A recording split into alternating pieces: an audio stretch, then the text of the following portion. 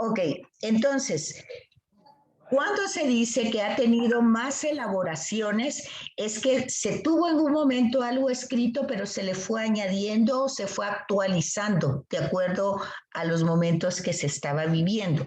Por eso, pongan mucha atención, es muy importante entender la forma literaria con que se está escribiendo.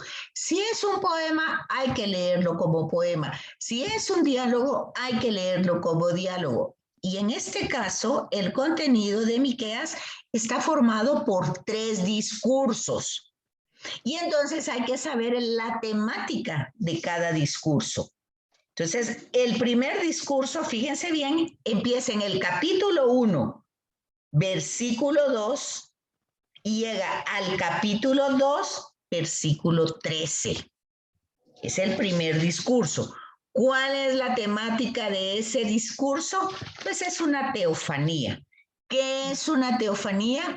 Es la manifestación de Dios, es cuando Dios se manifiesta y de alguna manera se da a conocer de alguna forma. Entonces, el Señor sale de su morada, el Señor baja. Todas esas son lenguajes, son formas de hablar, de decir que está cercano, que llega, porque de alguna manera son formas antropomórficas que hay que entenderlas, ¿verdad? Los términos baja, porque se considera que vive en el cielo, ¿verdad? No, es que ese no es indicador. El indicador es la satisfacción del cliente. Pero ese es que no hemos recibido las propuestas de las mejoras de las matrices y eso le obliga no se escucha, tienen abierto otro micrófono. Sí. Ok, luego está, ese es el primer discurso. Hay que notar esa teofanía si ustedes la leen. Luego el segundo discurso va más bien contra los jefes. En esa teofanía hay un tema que es un imperativo. Escúchenlo. Vean otra vez el hilo conductor. Si ustedes ven en el bautismo de Jesús, el Padre dice, este es mi Hijo amado, escúchenlo. Si ustedes ven el anuncio a María, ustedes ven que ella escucha y responde. Y cuando va a visitar a Isabel, ¿qué es lo que le dice Isabel? Dichosa tú que has creído. ¿Pero por qué creyó? Porque supo escuchar. Ahora veamos a Eva en el jardín. Ella escuchó, pero ¿a quién escuchó? A la serpiente. ¿Okay? Le creyó a la serpiente cuando dijo, lo que Dios dice no es cierto. Ustedes pueden comer de esta fruta y no morirán. Entonces, ahí van viendo ustedes el hilo conductor de qué se trata de la escucha, que es tan importante. Escuchen. ¿Qué dice María en las bodas de Caná? Hagan lo que él dice. O sea, si él dice, hay que escucharlo. ¿Qué fue lo que pasó el domingo en la lectura? Curó de la sordera, porque si no se oye, tampoco se puede hablar. Ese es el hilo conductor que viene desde el principio. Entonces aquí hay un problema, un imperativo en la teofanía, escucharlo. Me parece que en la transfiguración también la voz del Padre dice obedezcan o escuche, pero para obedecer hay que escuchar de todas maneras. O sea, el verbo es sumamente importante y es un hilo conductor en toda la escritura. Luego, el segundo discurso tiene que ver con los sacerdotes o con los jefes, es contra los jefes. Va del capítulo 3, versículo 1 al capítulo 5. Es un discurso más largo, más grande, ¿verdad? ¿Qué es lo que le pasa a los jefes? quieren ganar dinero, eso tiene que ver, eso también tiene que ver con la búsqueda de Jesús. Acuérdense ustedes que en la multiplicación de los panes Jesús dice, me buscan porque les di de comer. Por ejemplo, vamos a ver en estas lecturas que buscan a Jesús los fariseos para ver cómo lo encuentran haciendo algo equivocado y para cacharlo, para decir, no, este no es el Mesías, este es un impostor, hasta llegan a decir que actúa en nombre de Satanás. Entonces hay distinto tipo de búsqueda y eso se ve en la narración. Quienes lo buscan para verdaderamente seguirlo, ¿verdad? Para verdaderamente ser su discípulo y en algún momento lo siguen, pero también hay un momento en que ellos dicen, no, lo que enseñas no es posible, dicen los discípulos después del discurso de la multiplicación del pan en Juan. Entonces Jesús los deja ir porque nunca es una imposición, pero luego a los apóstoles les pregunta, ¿ustedes también quieren irse? Porque aquí hay una diversidad de intenciones por las que se sigue a Jesús, y eso hoy también. No todo el mundo quiere seguirlo para ser su discípulo, para conocerlo, para amarlo y para servirlo. No todo el mundo. Entonces, algunos querrán pues tener un estatus, tener un protagonismo, tener dinero. Ya hemos dicho en otro momento, cuando decimos, yo me encargo de las cosas de Dios y que Él se encargue de las mías. No funciona así. O sea, pues Él nos da la fuerza, la capacidad, la inteligencia, la fortaleza para ir nosotros, pues, desarrollando nuestras circunstancias, a veces muy adversas o como sean, pero lo que tenemos es, lo que debemos de pedir es la fortaleza, la luz, la inteligencia para ir bregando en los problemas diarios, ¿verdad? ¿Qué pasa con estos jefes entonces que buscan de alguna manera el lucro y qué hacen? Pues le quitan al pueblo. Ya tiene el pueblo un problema de pagar un tributo al imperio dominante. Eso pasa en el tiempo de Jesús también. Ya nos damos cuenta que Roma está pues sometiendo al pueblo con grandes impuestos. Esos son los publicanos los que hacen ese trabajo. Pues aquí en Miqueas está pasando lo mismo, solo que es otro pueblo, pues es otro imperio, ¿verdad? Los asirios. Entonces, ¿qué es lo que se pide? ¿Qué es lo que la denuncia ante estos jefes y la petición a Dios? La restauración, que nos restaure, que nos reconstruya, ¿verdad? Que reconstruya la casa de David. Y entonces viene la gran promesa, ¿verdad? La gran promesa, y tú, Belén, no eres la más pequeña. Y ahí está una gran promesa de Miqueas en el Nuevo Testamento. Pero esta es la situación que se está desarrollando. La casa de David va a ser reconstruida. ¿Por quién? Pues ya van a encontrar ustedes a Jesús que ahí le dicen hijo de David. O sea, la promesa hecha desde antiguo se va viendo, se va desarrollando, se va palpando en la persona de Jesús. ¿Y qué hacen los fariseos, escribas? Quieren demostrar a toda costa que no es él el Mesías, aunque el domingo veíamos con Isaías qué era lo que iba a ser el Mesías, y Jesús está haciendo exactamente eso. Bueno, entonces ese es el segundo discurso. El tercero es un diálogo entre Dios y el pueblo. Van el capítulo 6 y el capítulo 7 completo, ¿verdad? Es una especie de proceso lo que se desarrolla aquí. Es Dios que pleitea con el pueblo. que le está reclamando, por decir así, al pueblo, ¿verdad? En ese proceso de la alianza. Él hizo una alianza y resulta que cómo han respondido. Entonces,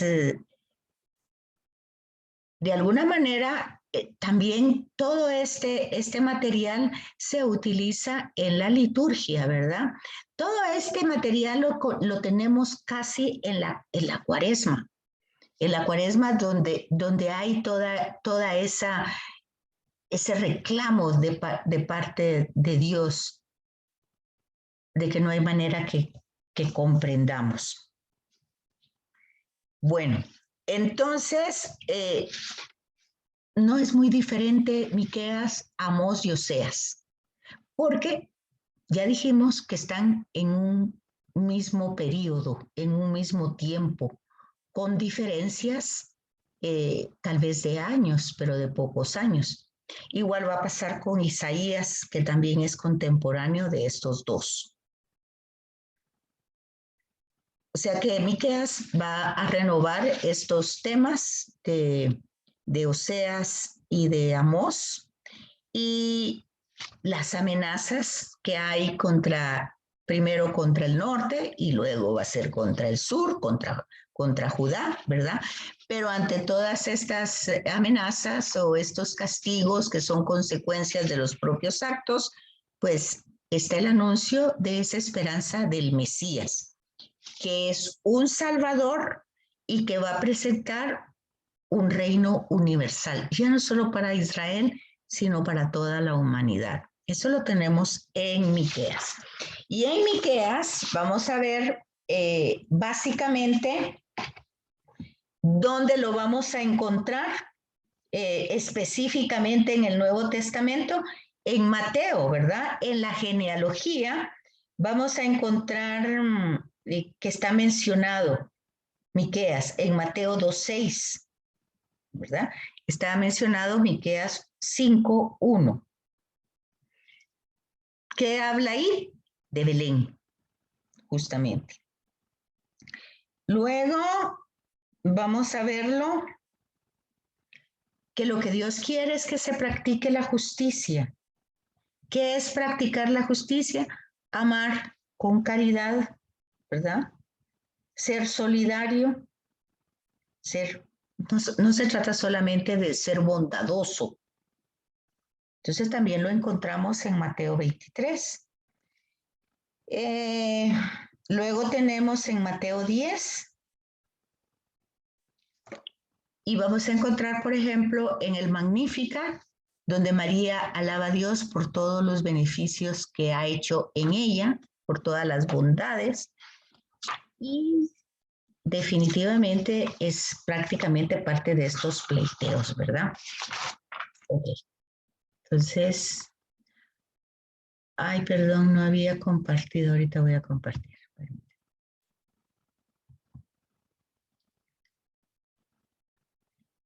¿Ustedes miran ya ahí la imagen? Sí, licenciada. Ok. Entonces, cuando se habla de un conjunto de textos, pero que llevan la misma línea, que llevan como el mismo mensaje, aunque ya estamos viendo con los 3 profetas menores, que fueron los que vimos, Amós, Oseas y Miqueas, profetas menores. Ya Isaías, Jeremías y Ezequiel pasan a ser profetas mayores. Los profetas, se habla así por la cantidad de material que tiene. En este caso, Isaías tiene 66 capítulos. Y, como les dije, los siglos donde se desarrollan, como les decía, van en disminución hasta llegar a Jesús, ¿verdad? Cuando nosotros hablamos, por ejemplo, de la revuelta macabea, son 200 años antes de Jesús, o sea, siglo II antes de Jesús. Aquí estamos hablando que los Isaías van del siglo VIII antes de Jesús al siglo V antes de Jesús. ¿Qué se puede decir con seguridad de estos libros? Primero, que los libros están divididos en 3 partes. O sea, primer Isaías, segundo Isaías y tercer Isaías. Y que ha sido así porque, aunque fueron personajes diferentes, la conexión que existe entre esas partes ha sido estudiada por los que estudian literatura y escritura bíblica y encuentran totalmente una conexión, una serie de conexiones, ¿verdad?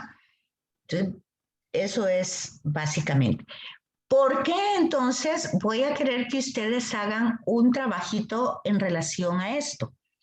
Porque cada uno de los Isaías se va a leer justamente en Adviento. Y es sumamente importante que nosotros contextualicemos el mensaje. O sea, que ahorita yo les voy a decir lo que vamos a hacer, pero ustedes se van a organizar. Yo no sé si tienen el chance de hacerlo en grupo o les es más fácil hacerlo de una manera individual. Díganme ustedes.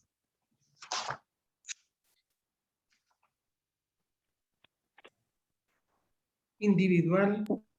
Individual, prefiero. Individual.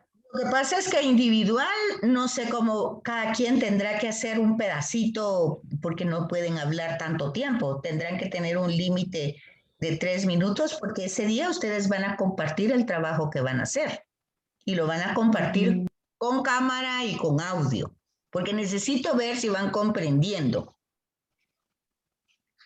¿Me comprenden? Sí. ¿Sí? Ok. Bueno, entonces, cuando nosotros hablamos de estos libros, tenemos que ver los motivos históricos. Ya vimos que si es similar, son contemporáneos, Oseas y Amós y Miqueas, obviamente van a ser contemporáneos en el primer libro, ¿verdad?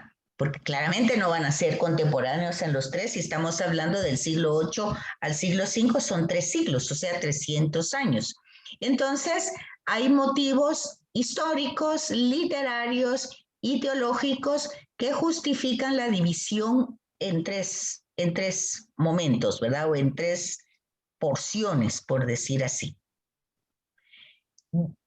Uno, vemos el lenguaje, el estilo, por ejemplo, del primer Isaías, que es el que es contemporáneo con los profetas menores que acabamos de ver. Entonces, vamos a ver lo que vimos con estos. ¿Qué es? Amenazas. Vamos a ver básicamente un lenguaje polémico, amenazante, punzante. Básicamente los oráculos, es decir, está tratando de hacer reaccionar al pueblo para que cambie el pueblo la realidad. No es Dios que va a cambiar la realidad, es el pueblo, es la gente que tiene que cambiar sus costumbres, sus actitudes.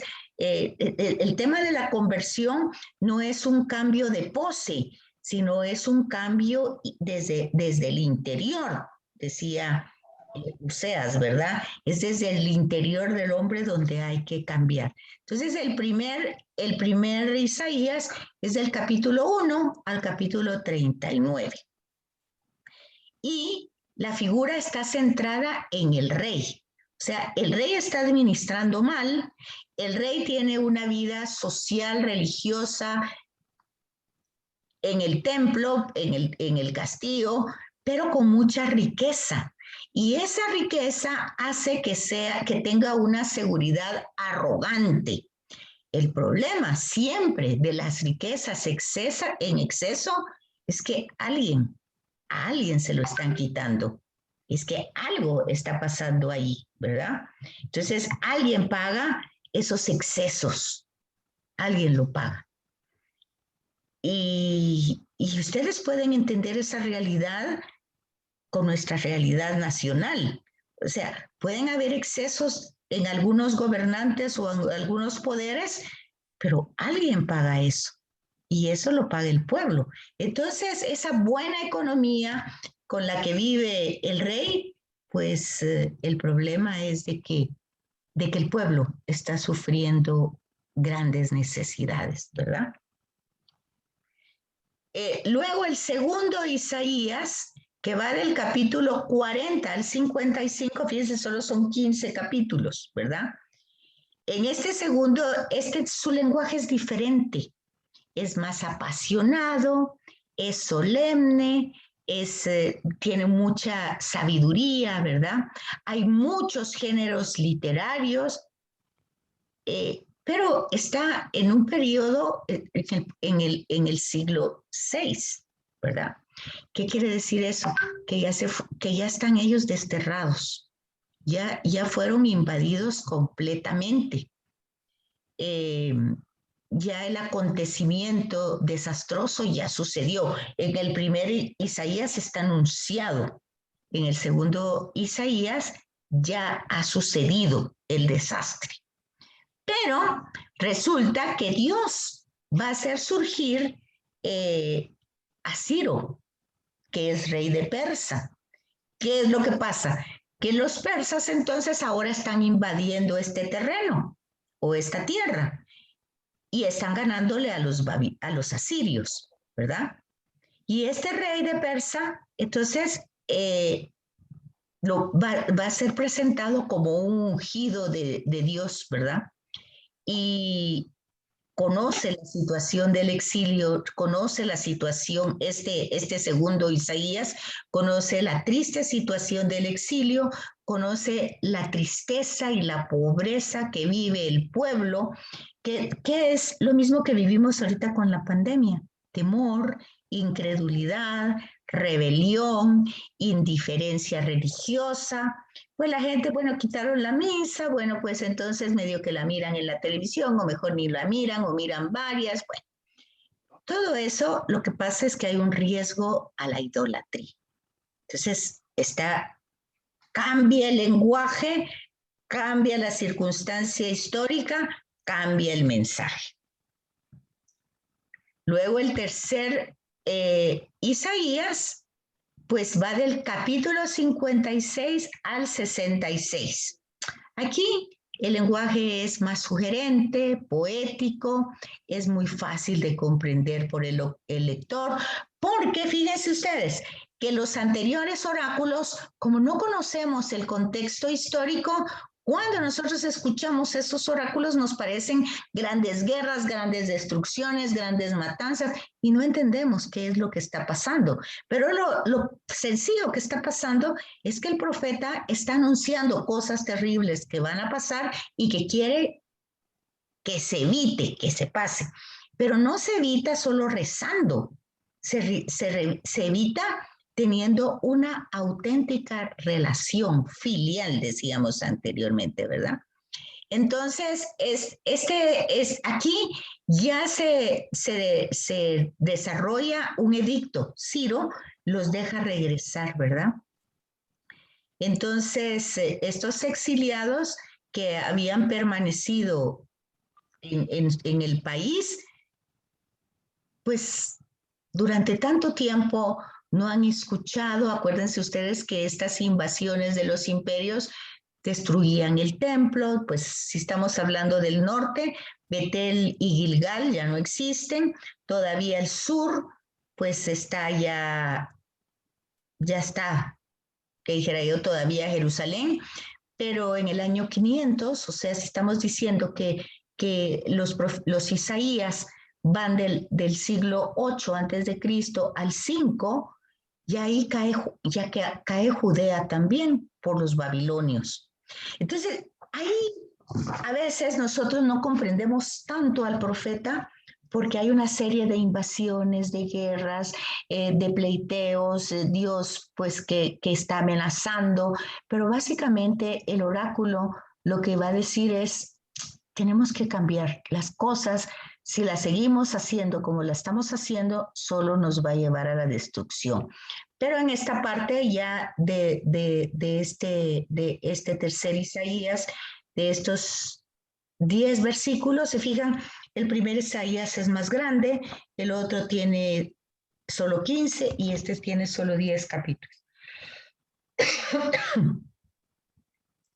Entonces, aquí es donde vamos a trabajar. Entonces, nosotros, nuestro trabajo que van a hacer no tenemos mucho tiempo para organizar unos 10 minutos, pero pongan atención entonces. Veamos para la semana entrante.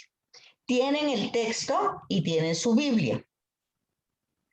Entonces, yo les sugiero que lo trabajen en grupo, porque en individual les va a salir muy, muy difícil. Pero bueno, ustedes mandarán.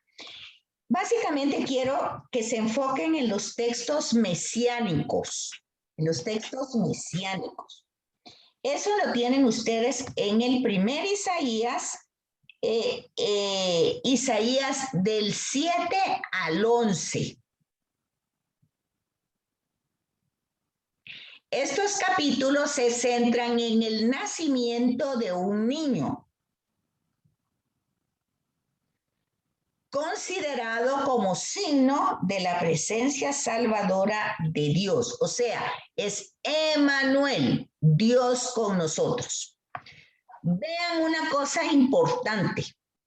En el Antiguo Testamento, que es donde estamos, Dios se hace presente a través de la nube, a través del fuego, a través del viento. Está fuera, está fuera.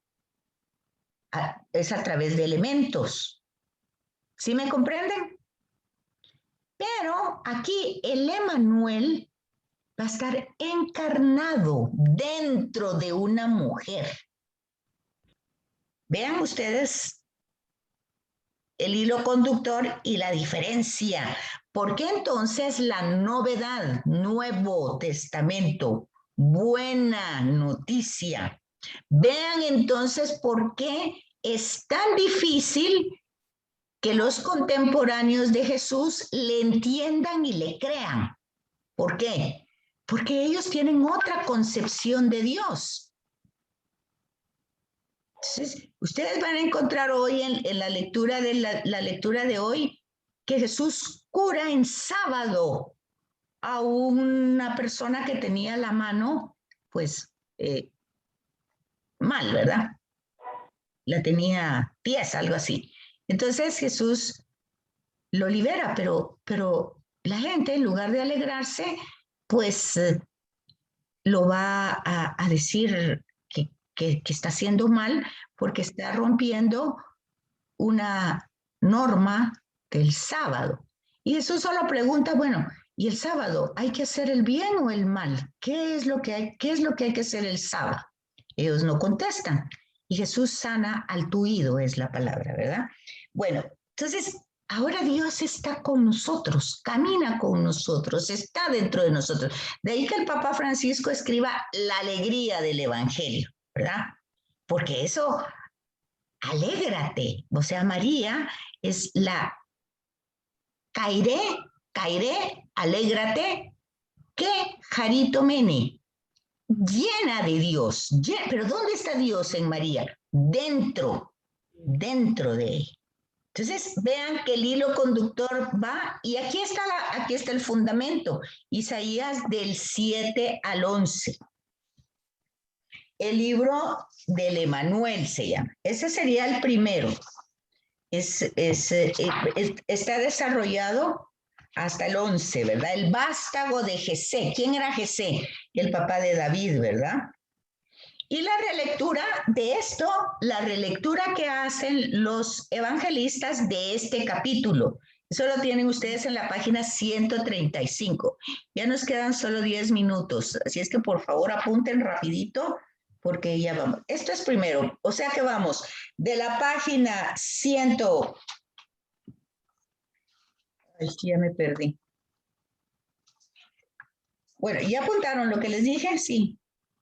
De la página 128 a la 136. Ok. Luego, eso es del primer Isaías. Luego del segundo Isaías, ¿qué es lo que quiero que vean? Los 4 himnos.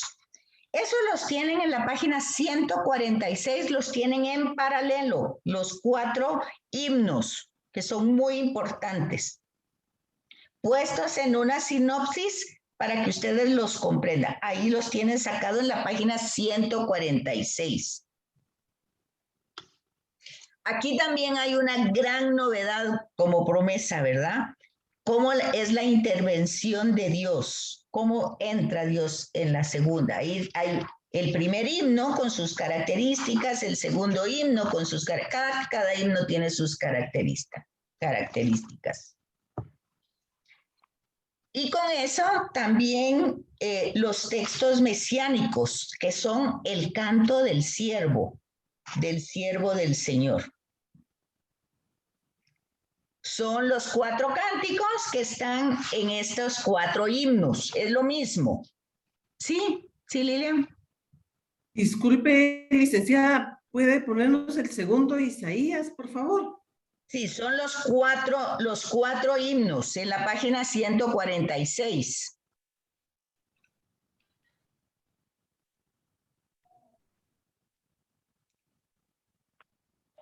Y esos 4 himnos, los evangelios los van a tener como cantos del siervo de Yahvé. Eso lo tienen en la página 151. Entonces vamos, de la página 146 a la... 51. Está la interpretación, está ahí la interpretación de los cantos hasta la 155, 57, hasta la 158. De la 151 a la 158. Eso es lo que quiero del segundo Isaías. Del tercero ya va más pequeño.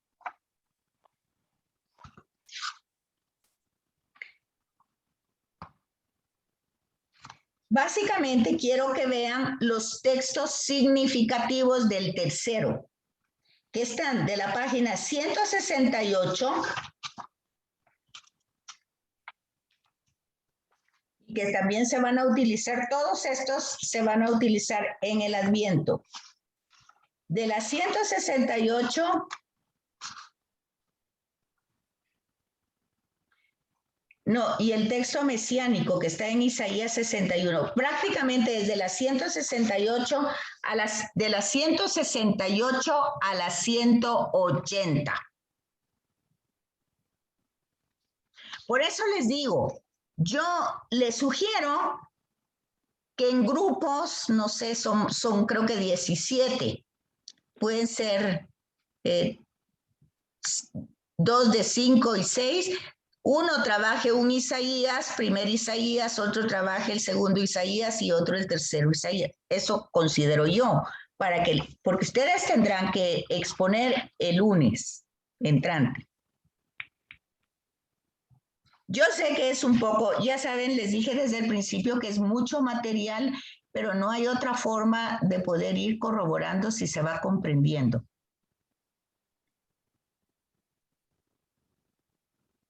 Dudas, preguntas, que tenemos 5 minutos.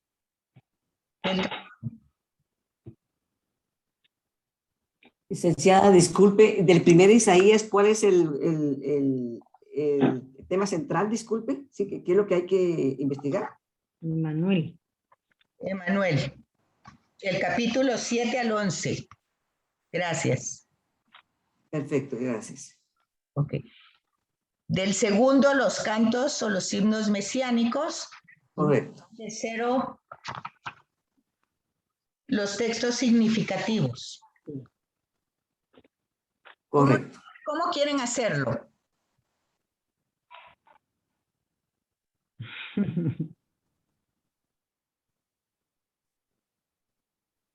Es mucho, háblenme, por favor, es que si no, no sé cómo vamos a trabajar. Licenciada, yo digo que mejor sea individual, porque el problema es de que ponerse de acuerdo en una semana todos es como que complicado. Y aunque hablemos pues lo más importante de manera individual, pienso que sería lo más idóneo. Ok, entonces tendremos más o menos 5 minutos para cada persona. ¿Les parece? Sí, sí. Sí, licenciada. Licenciada, Solo Correcto. tocar lo más importante. ¿Qué manda? Licenciada, disculpe, su sugerencia es buena que sea en grupo, pero formar ahorita el grupo no sé si sería como se hizo en el primer trimestre, que fue cuando trabajamos en grupos, ¿verdad? Bueno, sí quedaríamos lo mismo. Podrían ir formando un grupo si luego tenemos en Jeremías trabajos así especiales, porque se fijaron que esto se llama corpus isiánico, ¿verdad? O sea que son varios libros. Igual pasa con Jeremías, que están Lamentaciones y Baruch. Entonces no da tiempo de ir haciendo un recorrido por todo el texto. Entonces tenemos que utilizar, es como cuando uno va a hacer un tour. No puede ir a recorrer toda la ciudad, tiene que ir a lugares específicos que hacen entender que usted más o menos conoció ese lugar, ¿verdad? Esa es la idea. Sí, disculpe, licenciada, y podría ser de que quien quiere individual, que se quede individual, y si logramos hacer un grupo, sea grupal, o tendríamos que ser todo individual o todo grupal. Miren, el objetivo de esto es que ustedes entiendan lo que estamos haciendo y que yo me dé cuenta de que ustedes entienden. Ese es el objetivo. Como lo hagan, no me importa mucho. Me importa que cuando yo les pregunte algo, ustedes puedan compartir lo que leyeron y lo que entendieron. Como se les facilite. Muy bien, gracias. El objetivo es comprensión. Y básicamente ustedes van a darse cuenta si tuvieron esa comprensión cuando en Adviento esto se lea en las Eucaristías y ustedes encuentren el hilo conductor desde la primera lectura hasta nuestros días. Esa nota se la van a poner ustedes solitos porque yo ya no las voy a ver. Pero ese va a ser su verdadero sentido y estamos ayudando a eso, algo práctico, que lo puedan tener presente para ese momento. Esa es la finalidad. Otra cosa que pueden hacer, si ustedes quieren, pues tienen, si no les mando mi correo en el WhatsApp, les pongo mi correo y ustedes hagan el trabajo y me lo pueden mandar. Sí, mejor, licenciada, por si tenemos también alguna duda con cómo estructurarlo, ¿verdad? Ustedes me lo mandan, lo que vayan trabajando, como lo vayan trabajando, me lo mandan al correo que yo les voy a mandar. Y entonces ya, cuando yo les haga una pregunta directa al trabajo que ustedes hicieron, ya va a ser algo más fácil porque ustedes van a saber, va a tener su trabajo y yo voy a tener también su trabajo. Eso puede ser una cosa así. Yo creo que esa sería la mejor opción si nos brinda. Entonces les mando el correo. Que nos pueda ir asesorando en cómo vamos si vamos bien. Va. ¿Está bien? Entonces quedamos así. Muchas gracias. Se va a acabar en un momentito, así es que pasen una feliz noche y que tengan Gracias, licenciada. una bonita semana. Igualmente, licenciada, cuídese mucho. Feliz noche, muchas gracias. Gracias. Feliz noche. Buenas noches. Feliz noche, muchas gracias. Buenas noches, gracias.